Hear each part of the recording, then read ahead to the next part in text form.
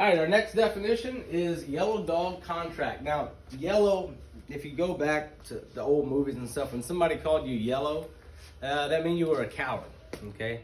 And usually when a dog gets scared, they tuck their tail between their legs and run away, right? So yellow dog contract is kind of a demeaning term. And what it is, it's a legal agreement in which the worker agrees not to join a union as a condition for employment. So this is the opposite of closed shop. Closed shop, you have to be in a union, and yellow dog contract is a contract that says you can never join a union or you're immediately fired, okay? So this is a weapon of the boss, while closed shop is a weapon of the union, okay? Next one, political machine. By the way, these things still exist.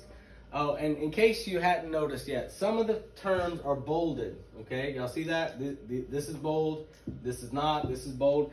Those are definitions that I got off of a LEAP study guide. So these are exact things released by the LEAP test, legally, okay? Anyway, political machine. Corrupt, unofficial organizations that control the activities of a political party in a city or a state. These are still around. They're still here, okay?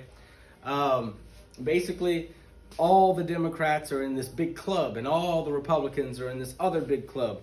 And they are all trying to make sure that their party wins as many seats as possible, as many elections as possible. And their campaign contributions all come together in a lot of cases in a big pot, and they give the money out to the politicians that need it in order to win the election. So we're going to talk a whole lot about political machines.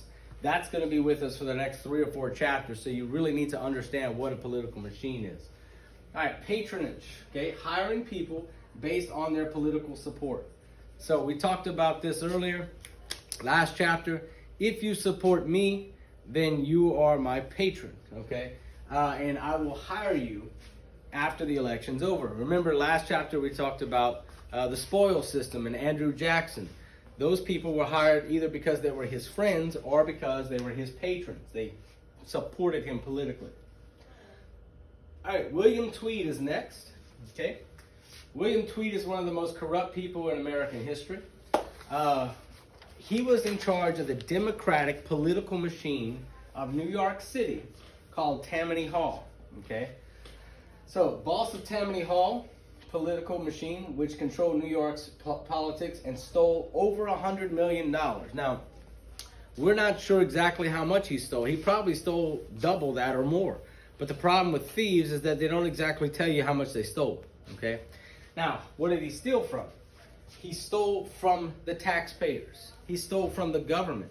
And he used that money to run his political machine to get more and more Democrats elected in New York City.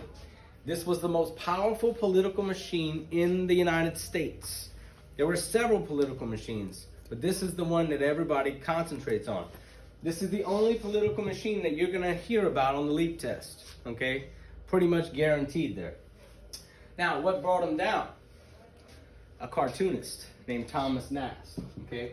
This political cartoonist created many famous political images, including the Democratic donkey and the Republican elephant, and he even made somebody that you're going to know pretty well when we get there. But Thomas Nast started to make a bunch of political cartoons about William Tweed stealing money. And eventually that's what brings him down.